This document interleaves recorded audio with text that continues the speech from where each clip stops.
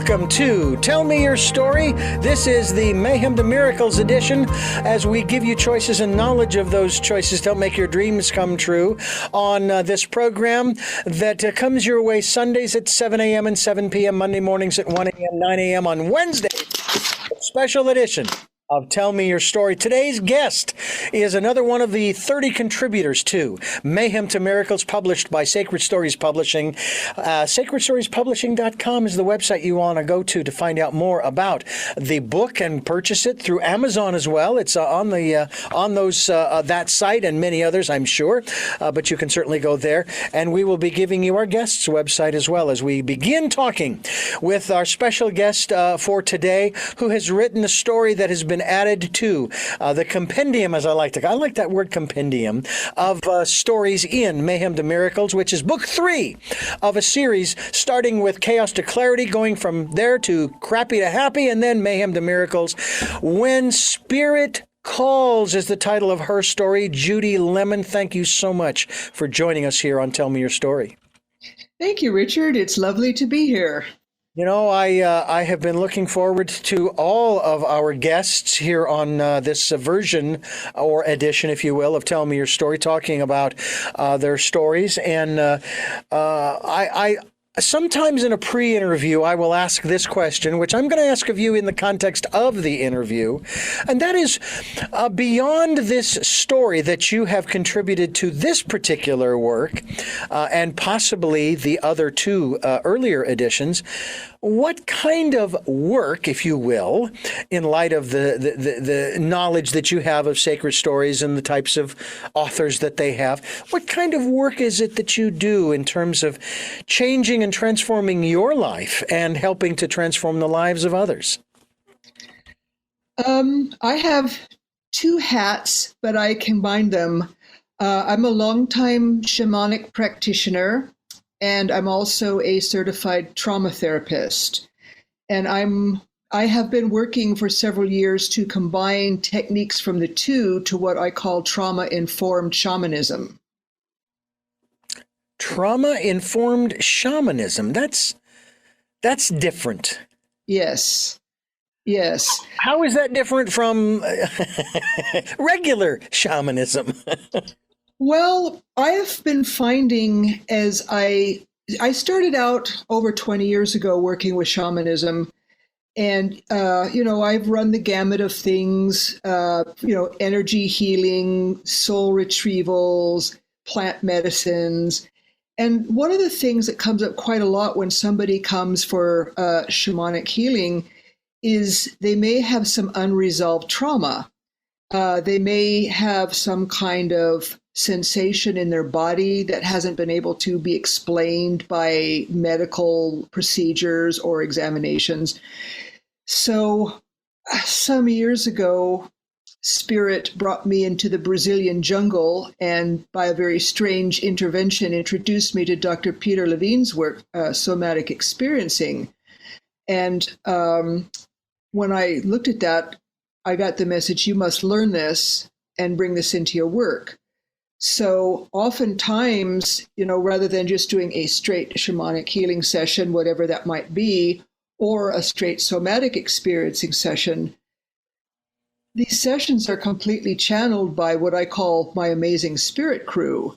So somebody may come in and we'll start working with the trauma releasing techniques, but then we might intervene and do some kind of shamanic work, and it can go back and forth. It's a whole treatment rather than just one path.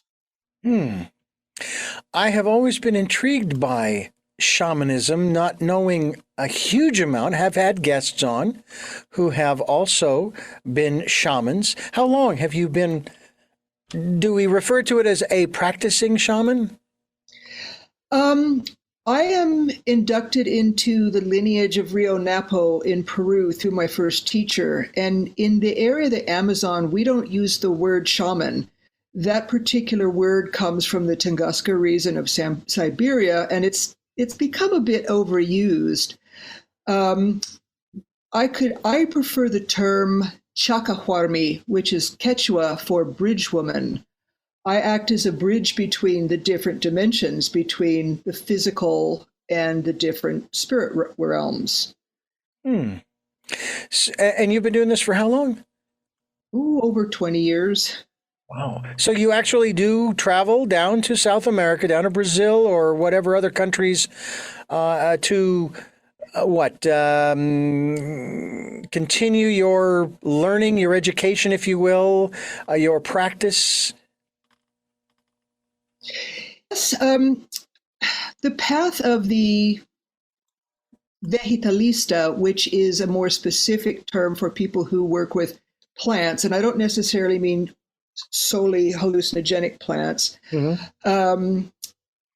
requires an apprenticeship of about 4 to 5 years. And during that time, a lot of it, in addition to working with healing techniques, recognizing good and bad energy and dealing with that, a lot of it is working on ourselves.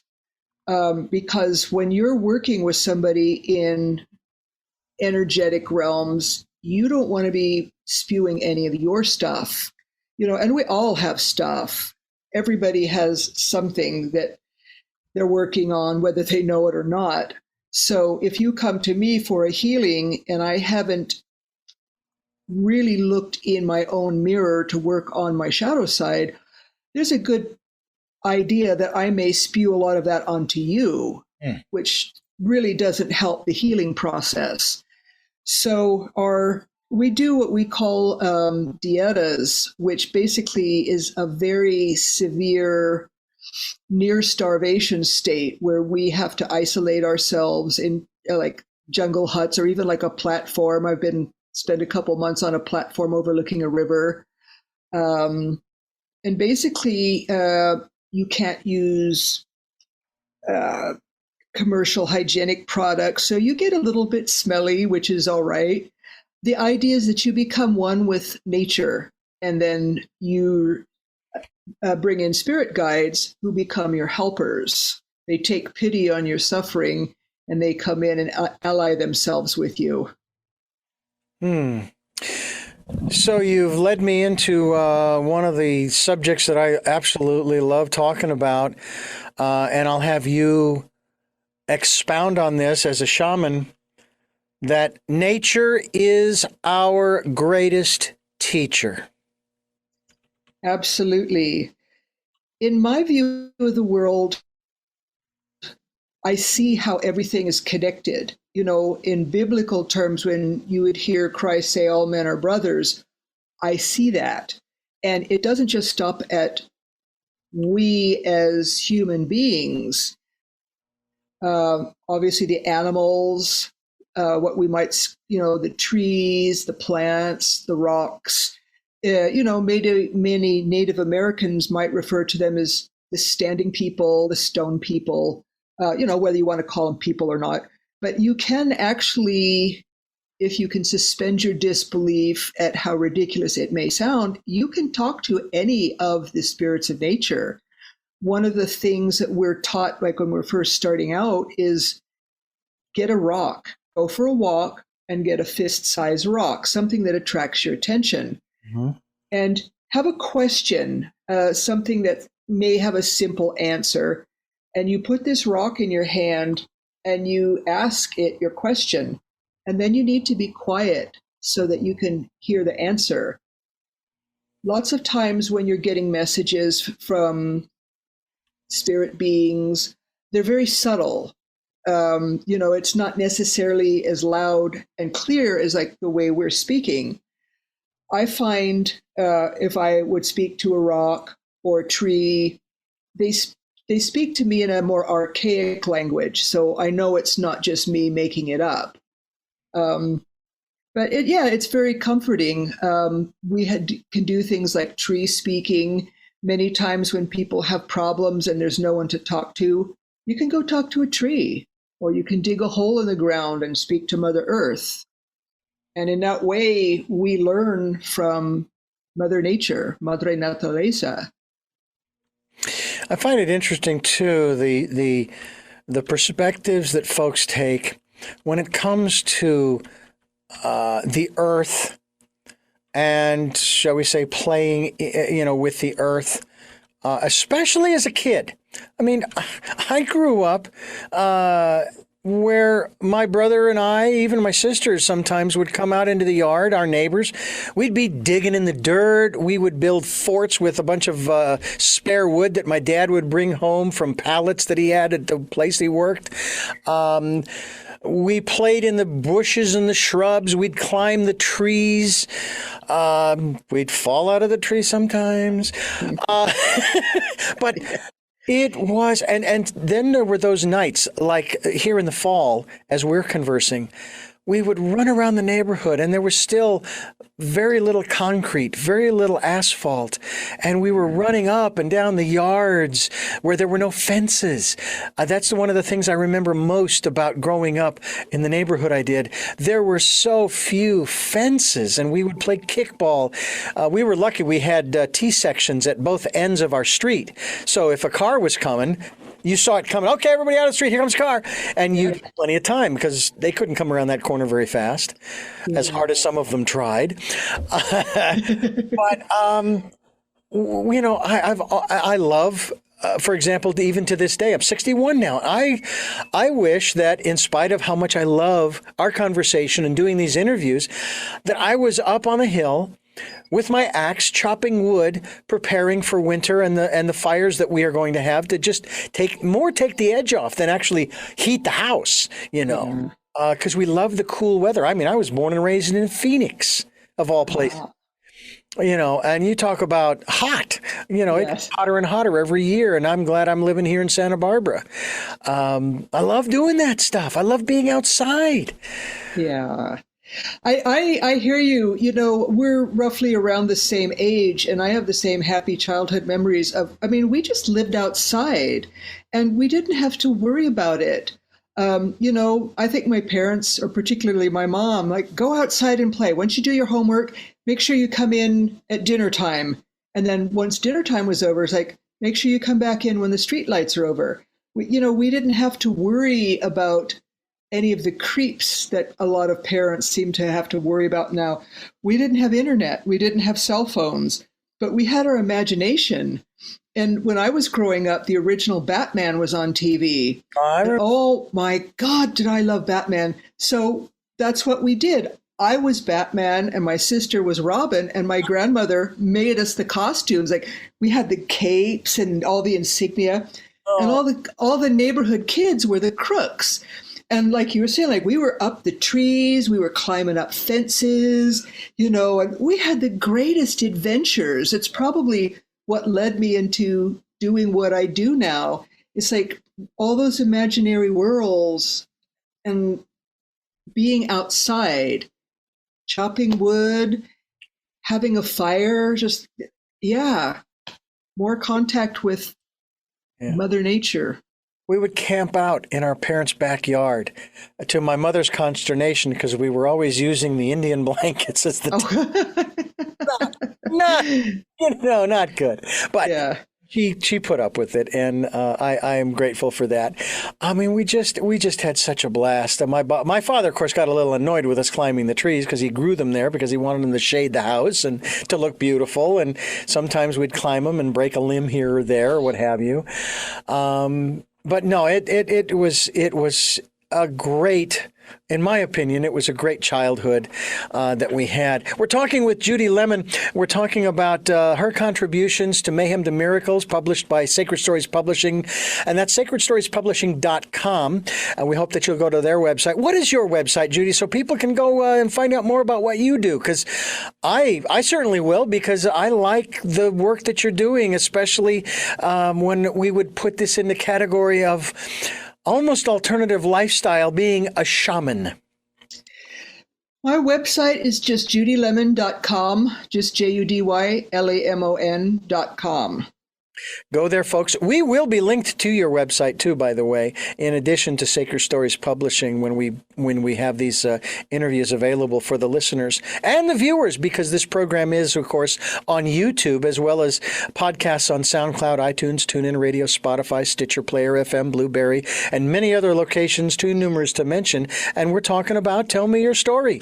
I'm Richard Dugan, your host of Tell Me Your Story, and we hope that you will check out the works of Mayhem to Miracles, published by Sacred Stories Publishing. Judy Lemon is my guest. JudyLemon.com is the website. I hope you'll go there and check out her work and the things that she is sharing with all of us. What made you decide to become a shaman? I didn't. It found me. Yeah. Sometimes it's said that people come into the world seeing it in a different way. And I think that's probably what happened with me. I remember as a very young child looking outside the window at night to see the fairies on the lawn. And as I got older, I just realized there was more to the world than what I was led to believe. You know, I grew up in a very normal middle-class Catholic household. My parents were World War II vets, and to them, the world was what they could see and experience just with their five physical senses. But as I got older and more curious, I started realizing there was more. There was more. So I was living in London for quite a long time when I was trying to be a rock star.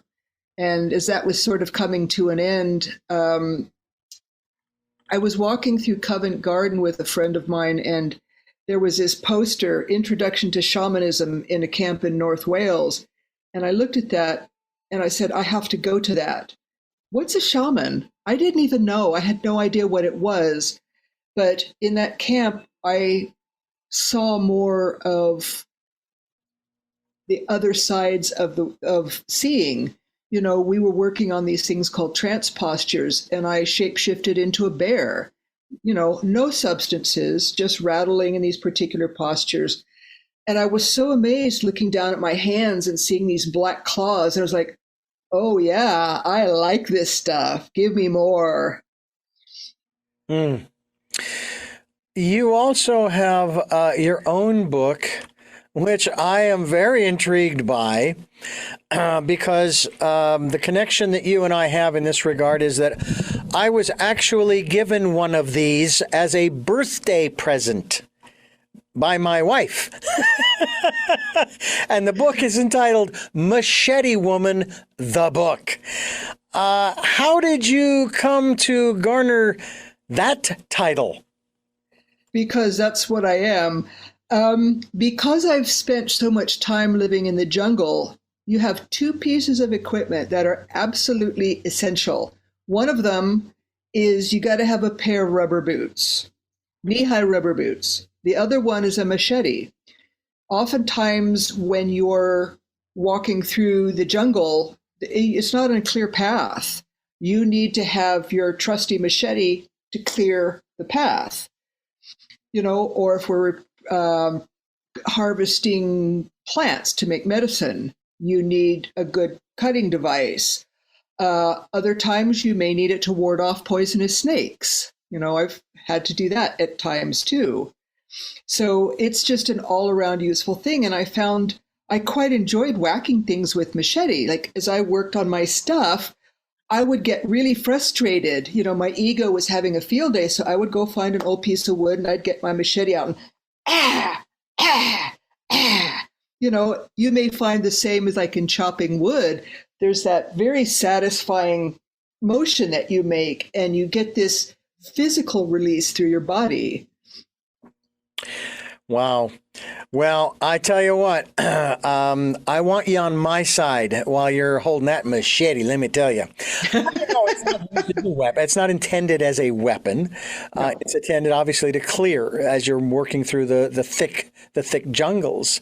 And I haven't had as much use for mine. I haven't really secured a good use for it, considering that I'm living, yes, in a rural area of Santa Barbara, but it's not jungle. It's not like I have to whack through thickets and so forth.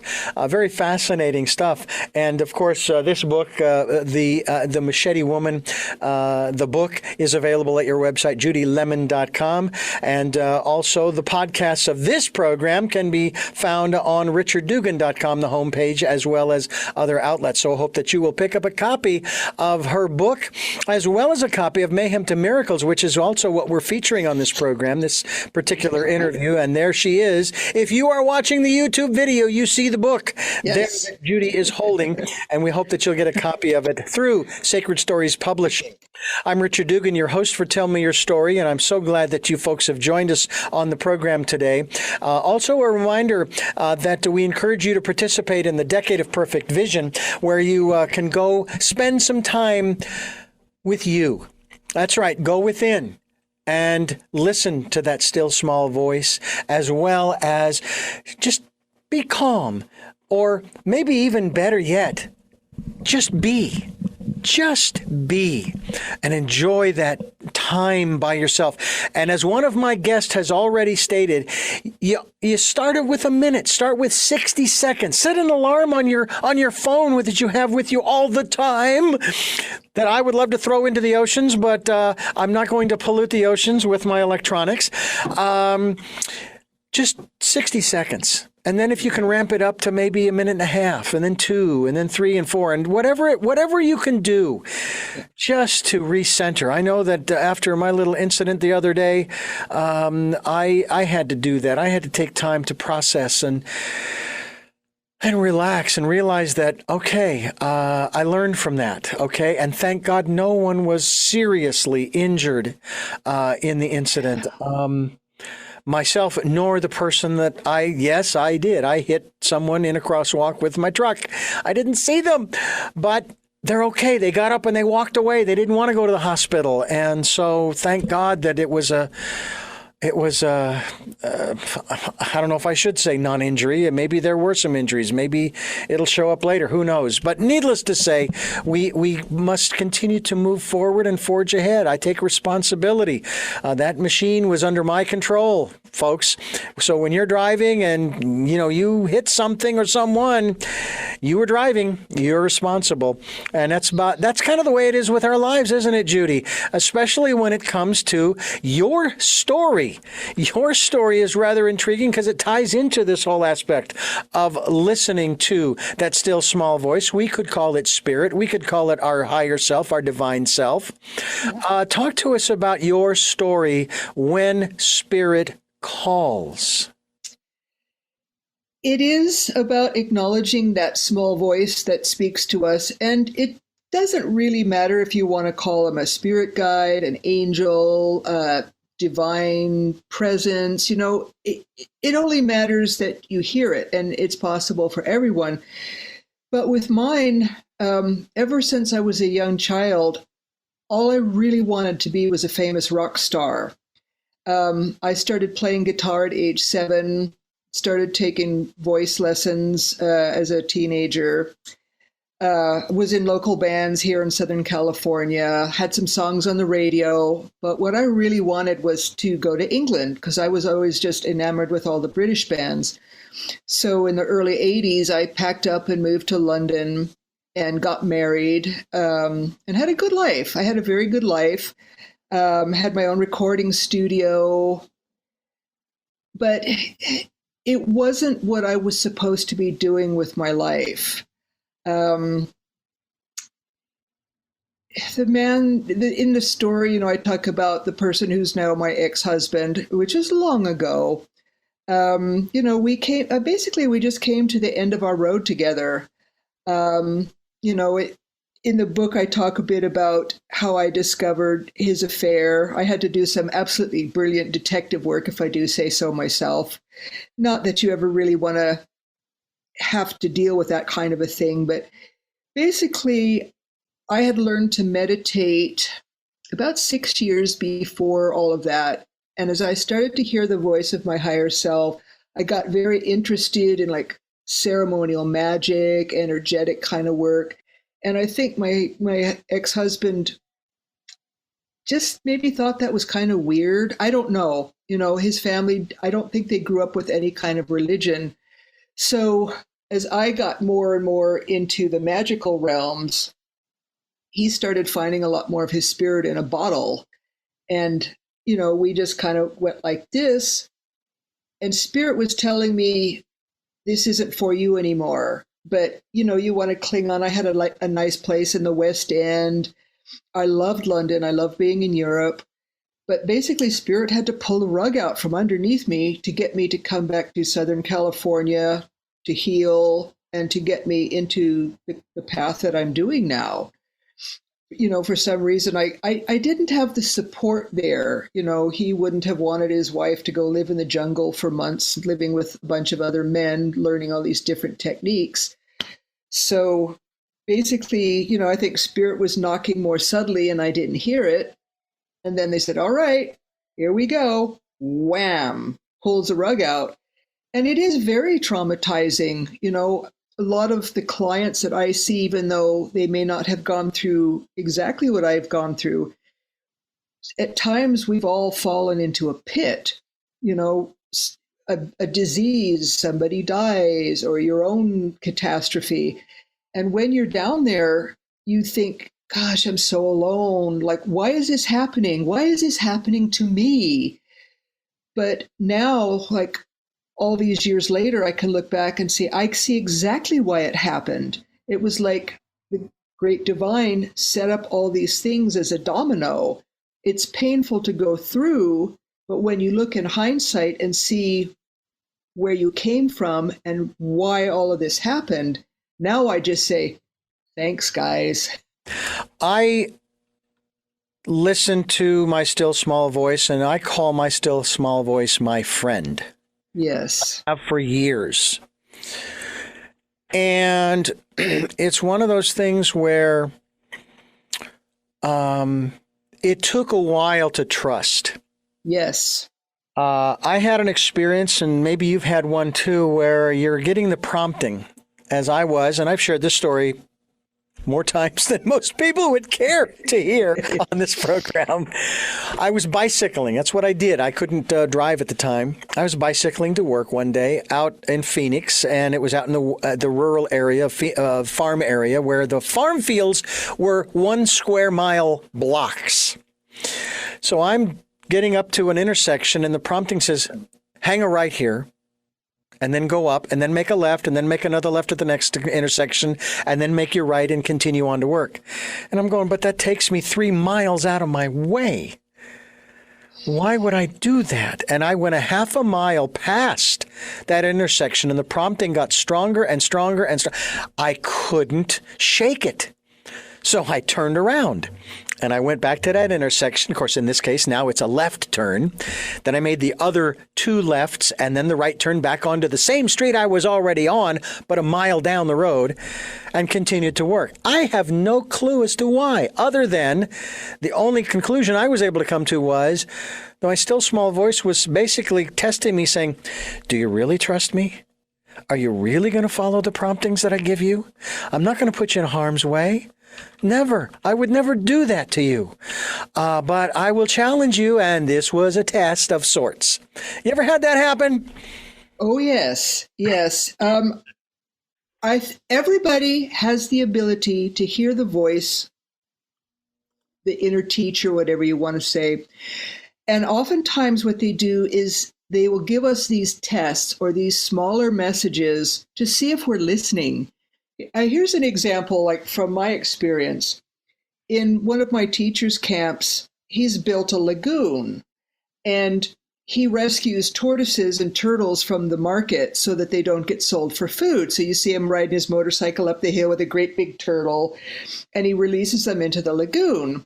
So in my endless days working on my stuff, oftentimes I'm going to go down to the lagoon and sit with the turtles. So one day lagoon has a path that runs around it, and I'm on the right side watching all the turtles. Very clearly in my mind, all of a sudden I saw this turtle, very large, upside down on his back with his legs in the air. And I'm looking around going, what is this? None of these turtles is upside down. And you kind of have a tendency to dismiss it like, oh, I must be making this up. I must be imagining it. But no, this is one of those tests. So I just went, okay, whatever. And I kept walking around the corner of the lagoon, get to the other side. Guess what there was on the middle of the path? A great big tortoise upside down with his little legs in the air, exactly like I saw in my mind. Oh. And life is full of things like this. In the big picture, is that important? I would have come across him anyway. But the thing is, you're not going to get the big pictures and big premonitions that you often want, or a lot of the healers that I train, they're like, oh, I want to be psychic, I want to see the spirits, I want to do this. But you have to be listening, and if you don't listen and acknowledge, turn right, turn left, follow my instructions, they're not going to give you those big things. So you listen, and like when I get something like that in, even if it's something insignificant, I'll say, I hear you. I acknowledge that. And then when it inevitably plays out, I also acknowledge it. Yes, this is what you showed me. I see it. And that tells them, yeah, she's listening. Give her some more. Yeah. And that's how you develop, or at least that's how I developed my, second sight. It's just a sight that's always there. Yeah. I have to wonder where my intuition was the other day. It's like, why did you not tell me not to turn? Or something. But again, I go back to that aspect of it'll never put you in harm's way. Now, granted, it sort of kind of the gentleman that I inadvertently hit with the vehicle, I wasn't maybe doing a couple of miles an hour because I was making the turn. He walked away, not wanting to go to the hospital. Apparently, he's okay. And so whatever lessons he's got to learn, those are his. I don't know, and I'm not recalling that I missed something in terms of I'm not recalling missing the promptings or missing the message or missing stop or something like that. Maybe this was one of those lessons that I brought on myself because it had been up to that point. Probably the biggest fear I had in driving was hitting another human being with this machine. Yeah. It might also have been that the lesson wasn't for you. It may have been for him. You don't know about his history. Right. You don't know what lessons he had to learn. Maybe he has a substance problem. Maybe he's not paying attention in his life. How is it that he wasn't paying attention to the truck in the left turn lane? So this may have been, the universe may have put you in his path to teach him a lesson.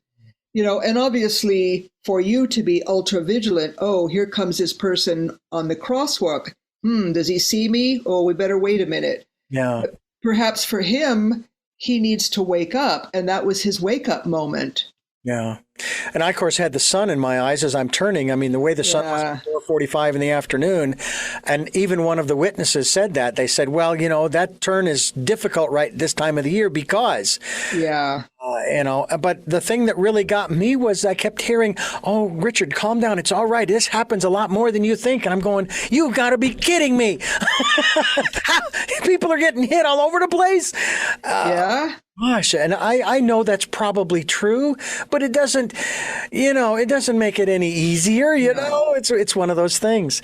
We're talking with Judy Lemon, and we're talking about listening to our inner voice or spirit. When Spirit Calls is the title of her story in Mayhem to Miracles, one of 30 authors who have contributed to book 3, if you will, of the series.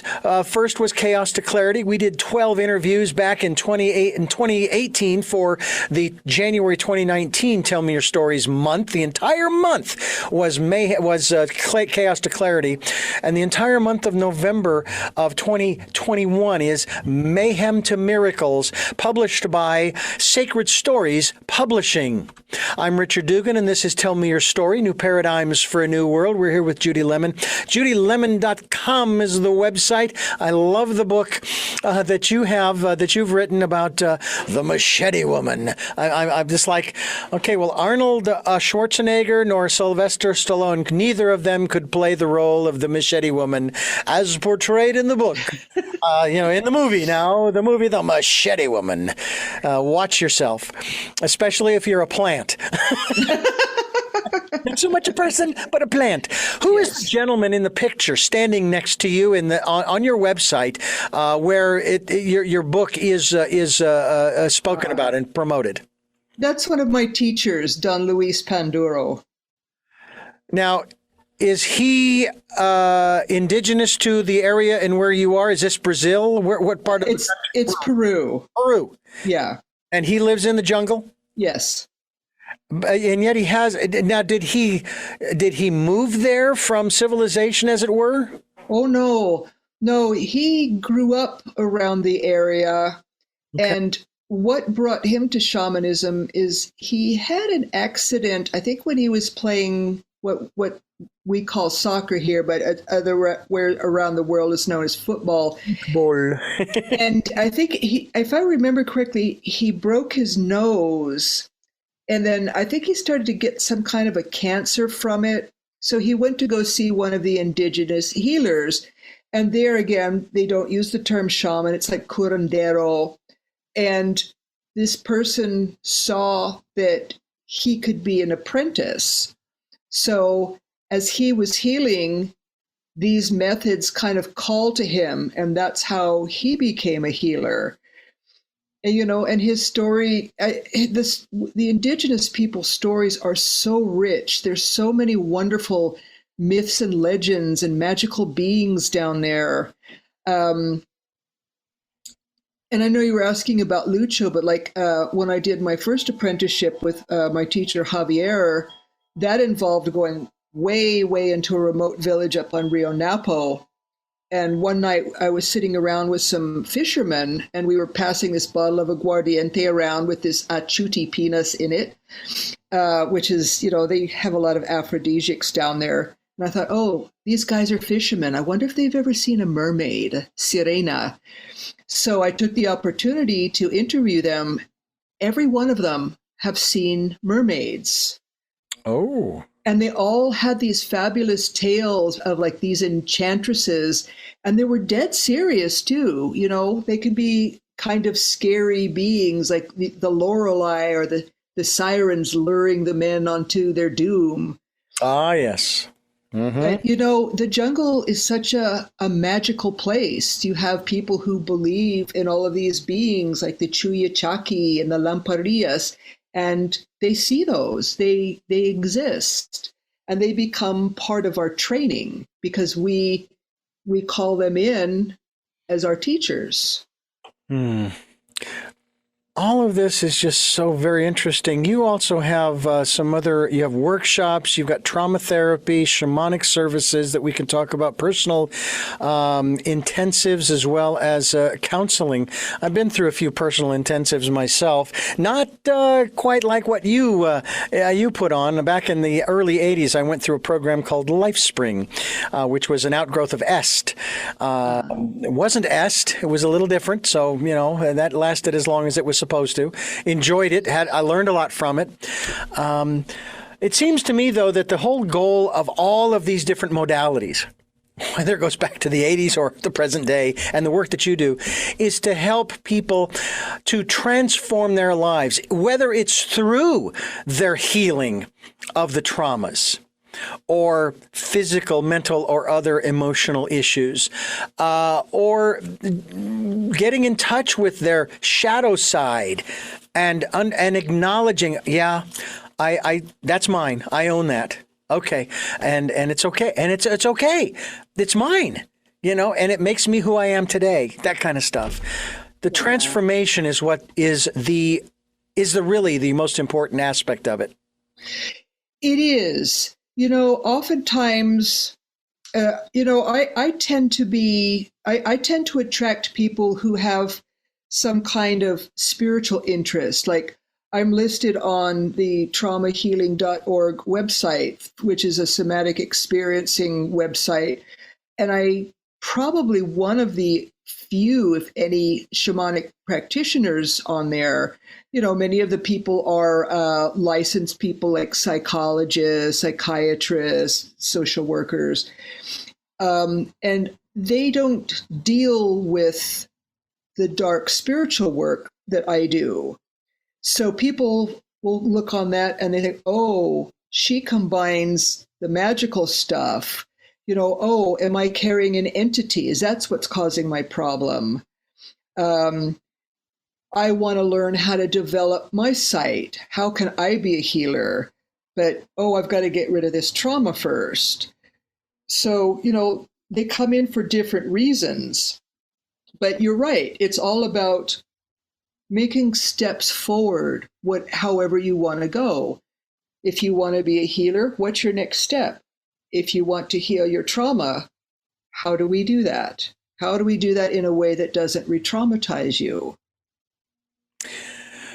Well, we're talking about trauma. We're going to continue talking about that because I've got some interesting questions. I hope they're interesting questions to ask you.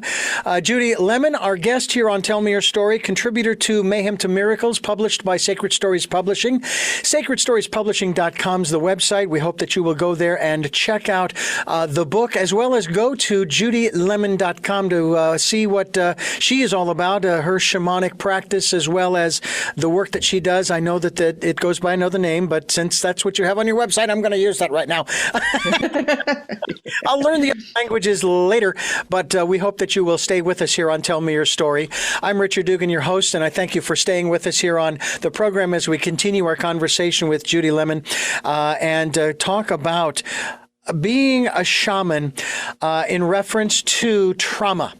All right. So one of my questions in regards to trauma is, what is trauma? I recently saw a great video with the wonderful Dr. Gabor Mate, and he described trauma as coming from the Greek word wound. It's not the actual event that happened to you. Like, for example, so let's say the gentleman that you made impact with your truck. Thank you for putting it that way. Yes, you made contact with. Yes. Yeah. So when you get hit by a several thousand-pound vehicle, that is a traumatic event. Obviously, your system goes into, whoa, what's happening here? Could be fight, flight, dissociation. There's various different things that can happen. But then it turns out, oh, he's okay. He had a little scrape on his knee. He gets up. But my question I would be wondering about is, how did he deal with the trauma of being hit? Because trauma is not really the event itself. It's the energetics of that event that remain in the body. So, and they, from my point of view, they are in the body, but they also remain outside of space and time, which is where in PTSD, you can get this re-triggering. They could just suddenly appear, like, where did this come from? I'd forgotten about this. So you've got these things that can trigger it and cause problems later on in life. So, the guy that walked away, I'm wondering, how is he feeling today? How will he feel tomorrow? Yeah. Will he wake up in a month and start having night sweats? Is he going to be able to walk across a street now without being excessively hypervigilant? It would have been nice if he may have gotten medical attention or somebody could have spoken to him, because it may be that at that moment he could release the traumatic energy from his body, which may have resulted in shaking or heat or something, and then he won't have to deal with the repercussions of that event ever again. And that is beyond any physical trauma that his physical body may have experienced. Exactly. You're on an emotional and spiritual level here. Exactly. When I first learned somatic experiencing years ago, even in the beginning level, as I was watching Dr. Levine work, and I thought, what's he seeing?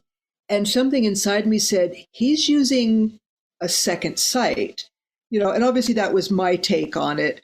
But through the years, and once I completed my training, I realized there is a very energetic, or, I will call it a shamanic element to a lot of the trauma healing, because you have to be an empath, or you have to be able to be really hooked into your client.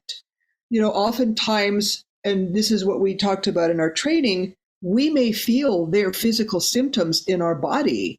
And this again is why for someone like me, I need to know, what's my stuff? What's your stuff? What may be our combined stuff? Because if I'm suddenly talking to you, or we're in a therapy session, and all of a sudden my stomach starts shaking like mad, like I got butterflies, I'm thinking, wait, is this mine? Why would this be mine? And then I might ask you, are you feeling anything in your midsection right now? And you could be going like, oh my gosh, yes, I'm so nervous. So, that's very empathic.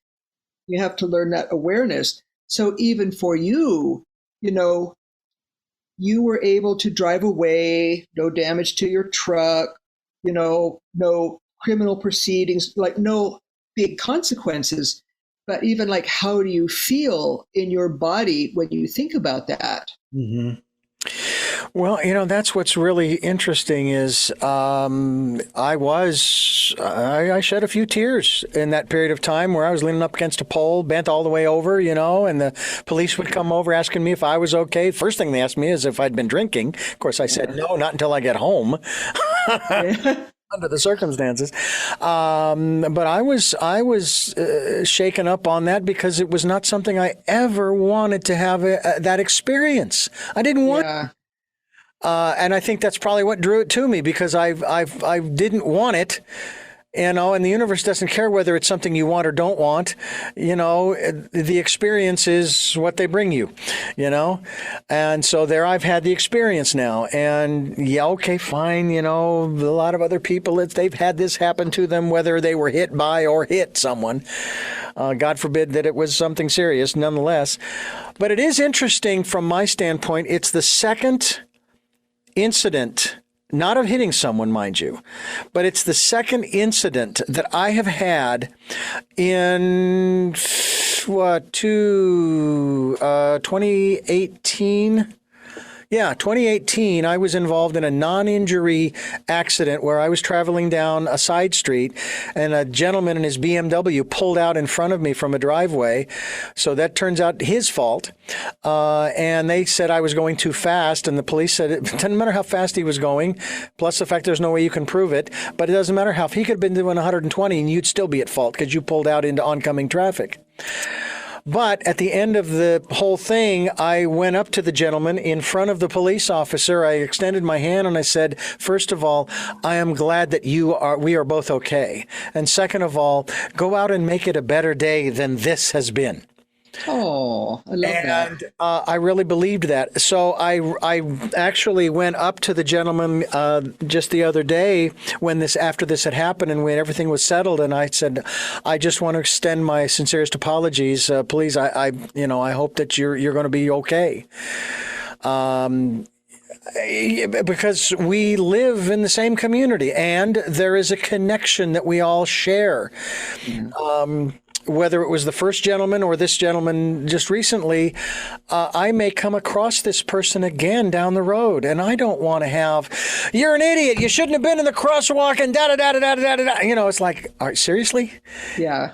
You don't want to generate that kind of stuff. No, there's too much of that out there already right now. We want to counteract that. Exactly, exactly. Judy, this is fascinating, the work that you do, but also the education that you have, shall we say, accumulated, especially considering the fact that the level of commitment to making these trips. I mean, how many times have you been down to Central South America for your studies, if you will, for the work that you now take on and help other people to transform their lives? Well, in 16 years, I'm into double digits now. Normally when I go for about 2 or 3 months at a time, because when I'm doing my work, you just need time. I can't just do it in a week. Right. To be able to open up the abilities and have a spirit crew to the point where you are effective in your healing. You can't do that in a weekend course and get a certificate. It takes years of suffering. It's one thing my teachers would all say, all of them, yeah. You must suffer, Judita. Why? Why do I have to suffer? Because all artists suffer. Yes. and what you have is just that. It's part of the healing arts. Yes. Yeah. And also too, we really get pushed not just to our limits, but beyond our limits, like where we think we can go.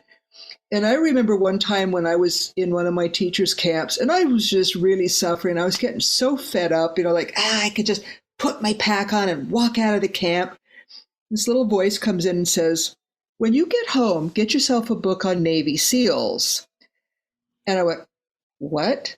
I greatly admire the Navy SEALs. I live close to where they train, and I just very in awe of what they go through.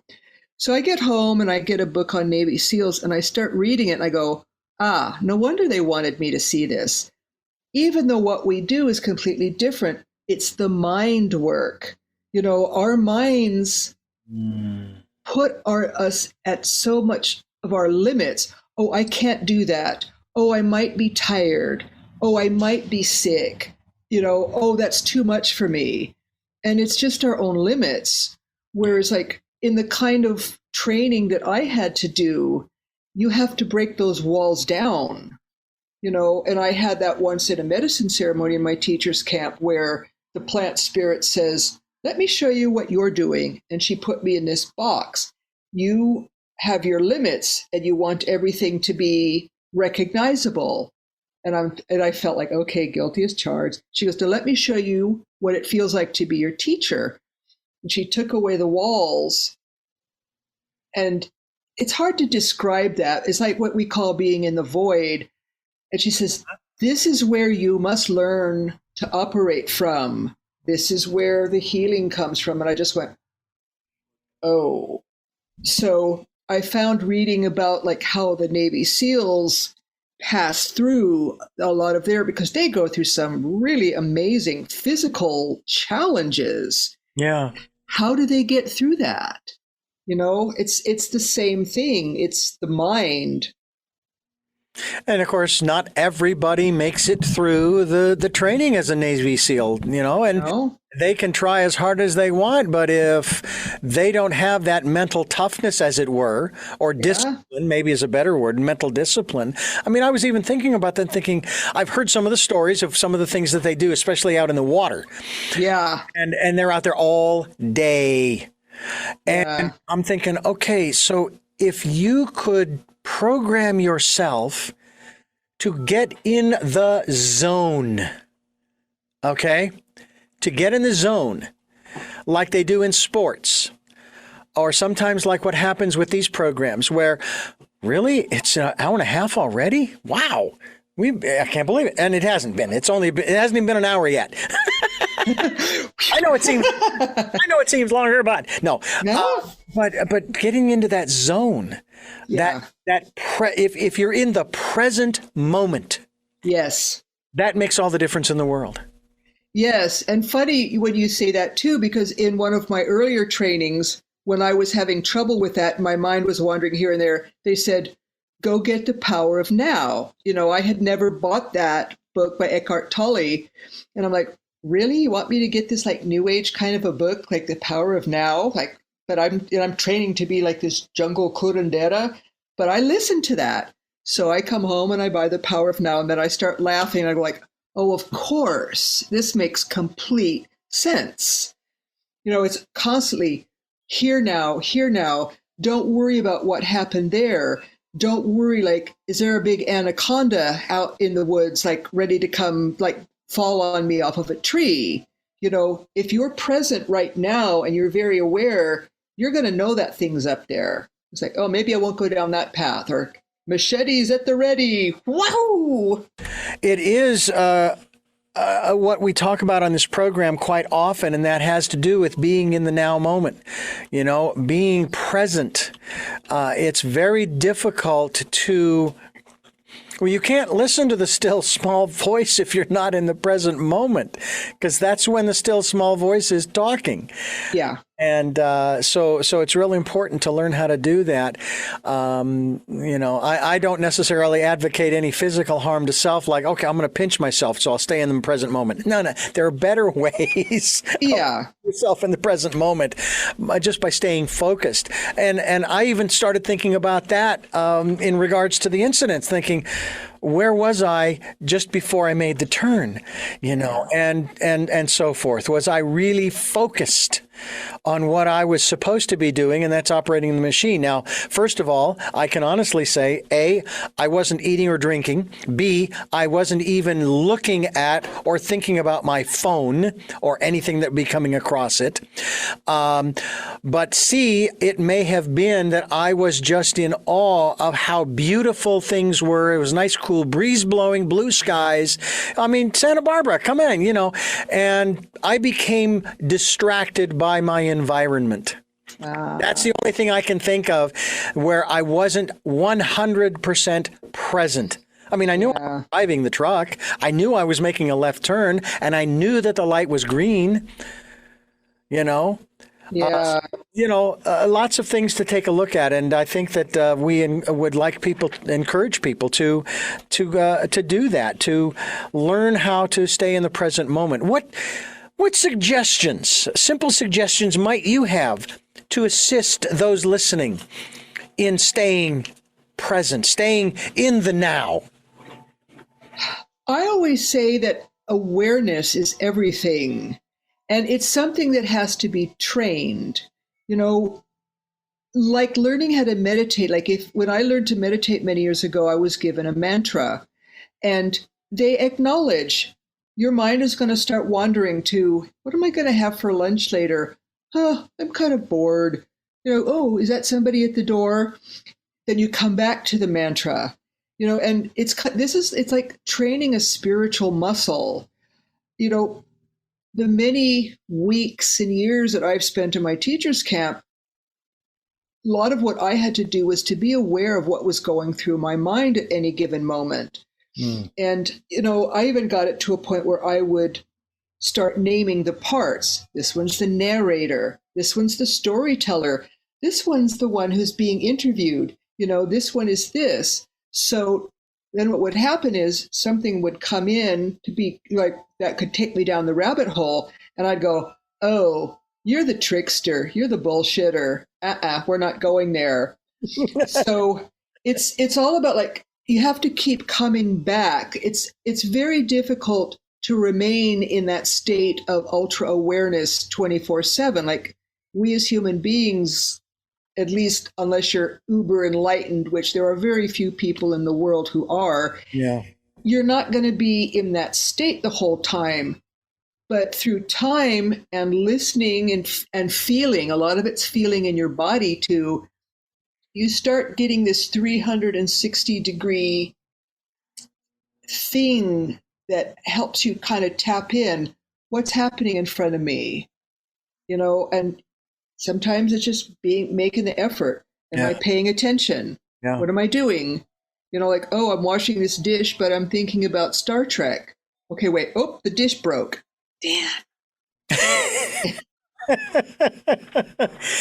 And I'll tell you, with that dish breaking, I used to get, Yeah. And then in the last few months, and maybe it's because of a program I went through during these last 3 months of the third quarter of this year, that I now chuckle. It's like maybe there's this instantaneous little flash of, Yeah. then I look,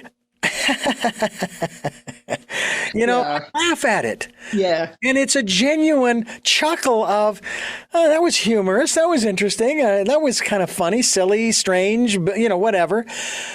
But I'm not going, and raising my blood pressure, which is rather interesting to talk about too, because I was diagnosed some years ago after I moved to Santa Barbara with high blood pressure. Mother says, "Oh, Richard, don't worry, it's hereditary. It's in the family." I'm going, but I don't want it.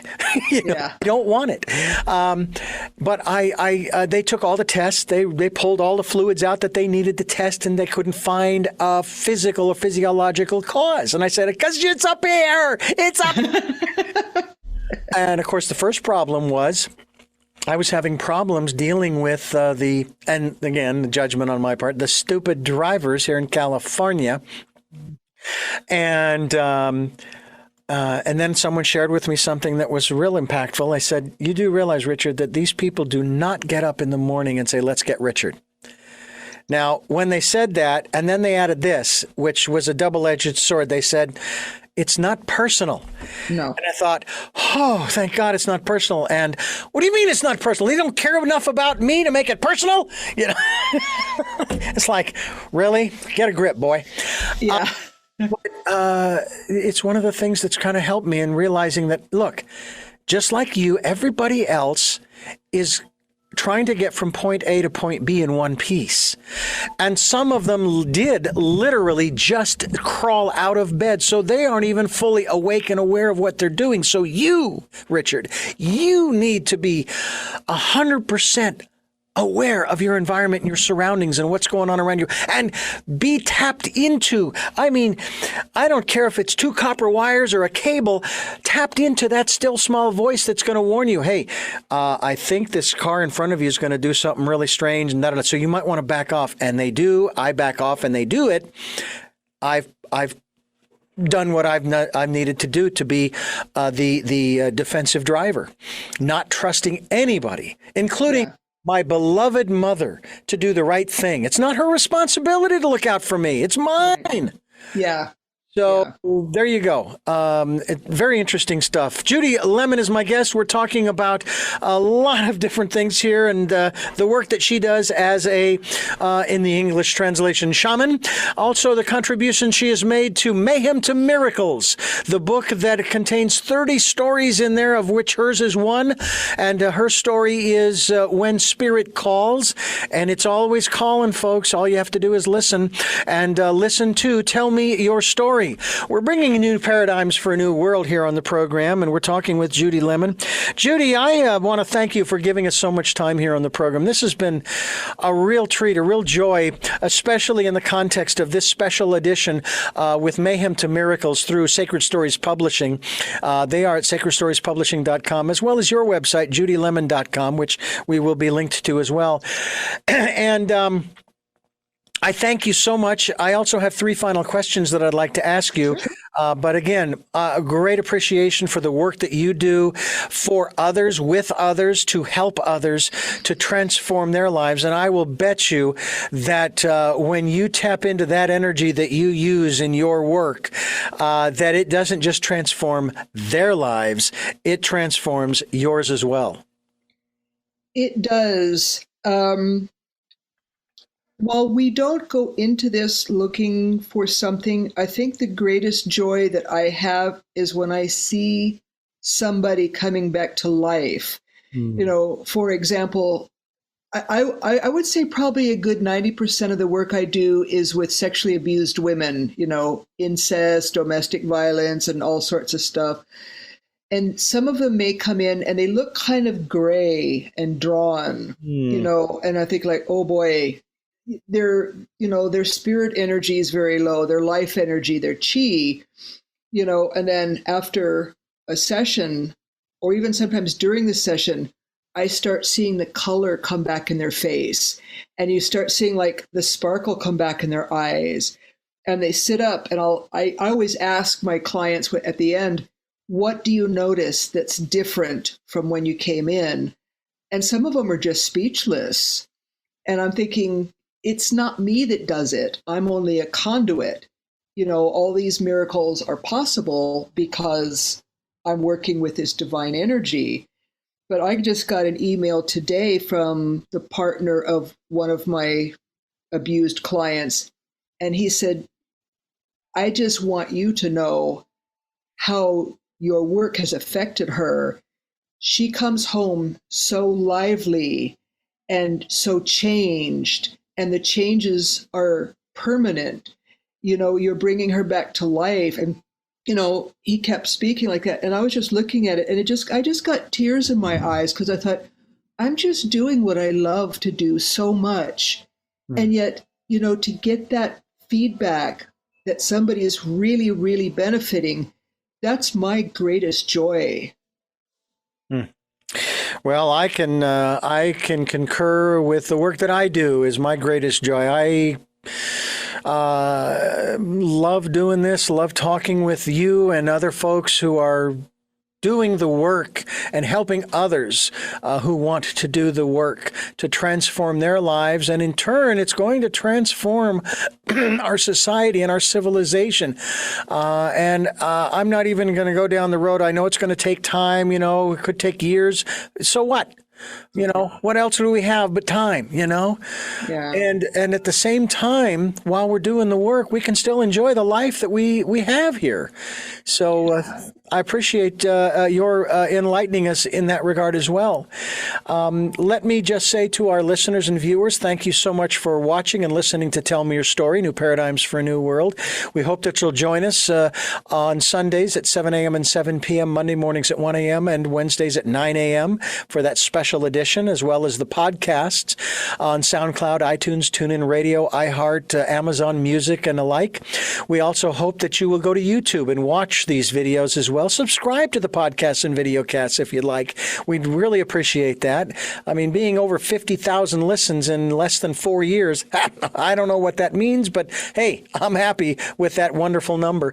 And we also hope that you can support us financially. Any amount is greatly appreciated. And thank you to those who have supported us financially and those who will support us financially. It all goes towards the work that we're doing here on Tell Me Your Story to keep helping you and me to transform our lives together and change the world for the better for all. And all is spelled with all caps, okay?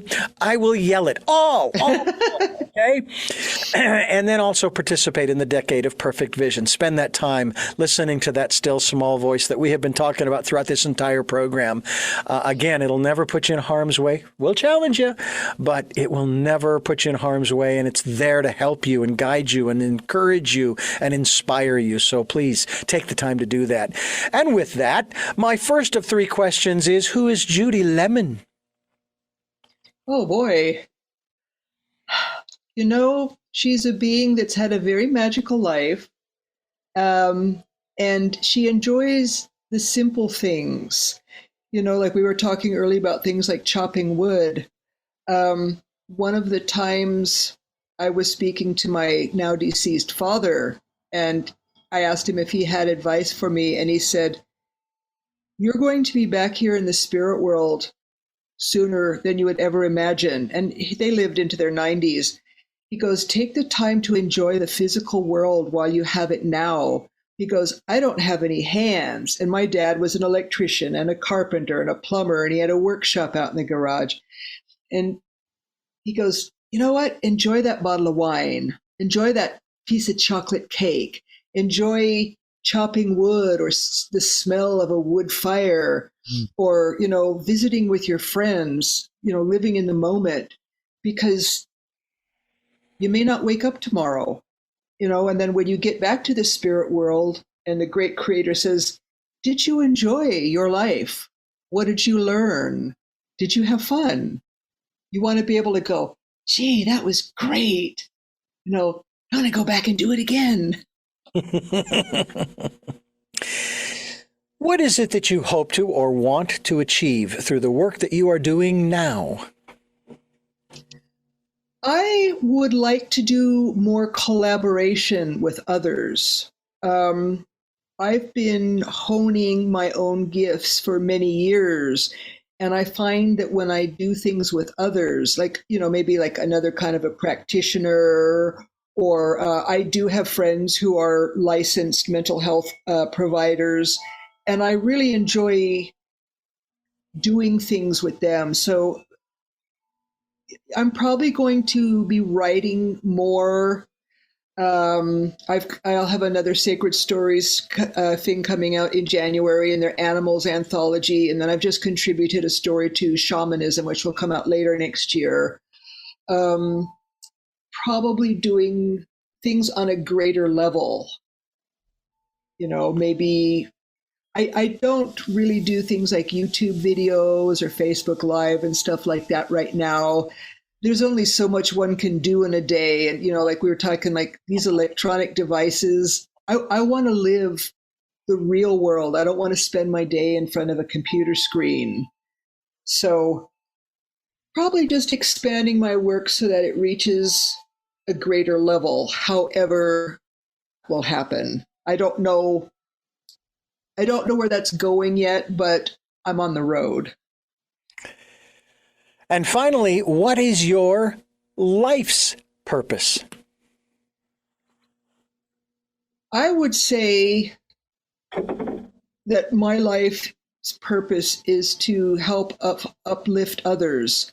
I spent a good lot of the early part of my life in deep depressions and feeling that I was kind of worthless, not good for anything. Nobody wanted me around. And through shamanic healing with other practitioners and all the work I've done, that's been completely transformed. So I realized if I can have my life changed, so can others. And I want to be the vehicle for that. Well, Judy, I thank you so much for sharing yourself and your story and the work that you do with us here on the program. And we look forward to having you back again to continue this conversation. You've got a lot going on, and we would like to let others know about it. And, of course, we will be linked to your website, judylemon.com, as well. Thank you very much, Richard. It's been a lot of fun speaking to you. Judy Lemon has been my guest. She's a contributor to Mayhem to Miracles, published by Sacred Stories Publishing. SacredStoriesPublishing.com is the website. We hope that you'll go there, pick up a copy through Amazon as well.